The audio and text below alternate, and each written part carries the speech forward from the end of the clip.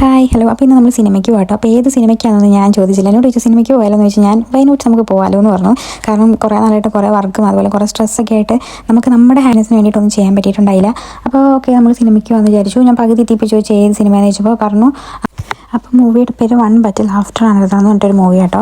അപ്പോൾ ഇംഗ്ലീഷ് പടമാണ്, കുഴപ്പമൊന്നുമില്ല. ഞാൻ ഇതുവരെ ജർമ്മനിയിൽ വന്നിട്ട് മൂവിക്കൊന്നും അങ്ങനെ പോയിട്ടില്ല. ഇതെൻ്റെ ഫസ്റ്റ് ടൈമാണ്. അപ്പോൾ നമ്മുടെ മൂവി തുടങ്ങുന്ന 9:30-ക്കാണ്. നമ്മൾ 7 മണിയായപ്പോഴും വീട്ടിൽ നിന്ന് ഇറങ്ങി 7:30-ക്കായപ്പോൾ ഇവിടെ എത്തി.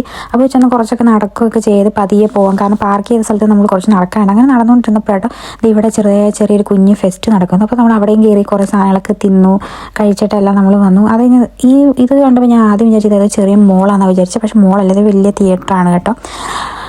അത് കഴിഞ്ഞിട്ട് എന്താ, നമ്മൾക്ക് സമയം ഇനിയും ഉള്ളതുകൊണ്ട് നമ്മളൊരു ഡ്രിങ്കൊക്കെ മേടിച്ചു.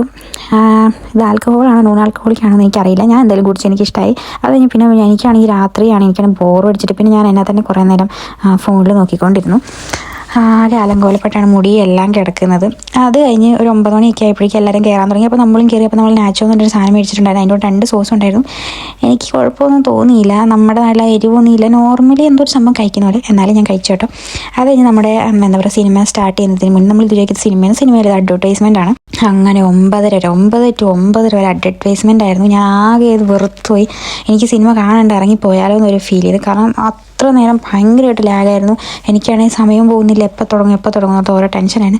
അങ്ങനെ കുറേ നേരം കഴിഞ്ഞപ്പോൾ മൂവി സ്റ്റാർട്ട് ചെയ്ത് മൂവിയുടെ ഒരു സീനാട്ടോ. അത് കഴിഞ്ഞപ്പോഴേക്കും എന്താ കുഴപ്പമില്ല, എനിക്കിഷ്ടമായി. ഒരു 10-ൽ ഞാൻ 8 കൊടുക്കും. കാരണം അത്യാവശ്യം കോമഡി, ഒരു സീരിയസ് സീനുമാണ്, പക്ഷെ കോമഡി ഉണ്ടായിരുന്നു. അപ്പോൾ എന്താ പറയുക, ഇന്നത്തെ നമ്മുടെ മൂവി വീഡിയോ ഇത്രേ ഉള്ളൂ. അപ്പോൾ ഇനി അടുത്ത വീഡിയോയിൽ കാണാം. ബൈ.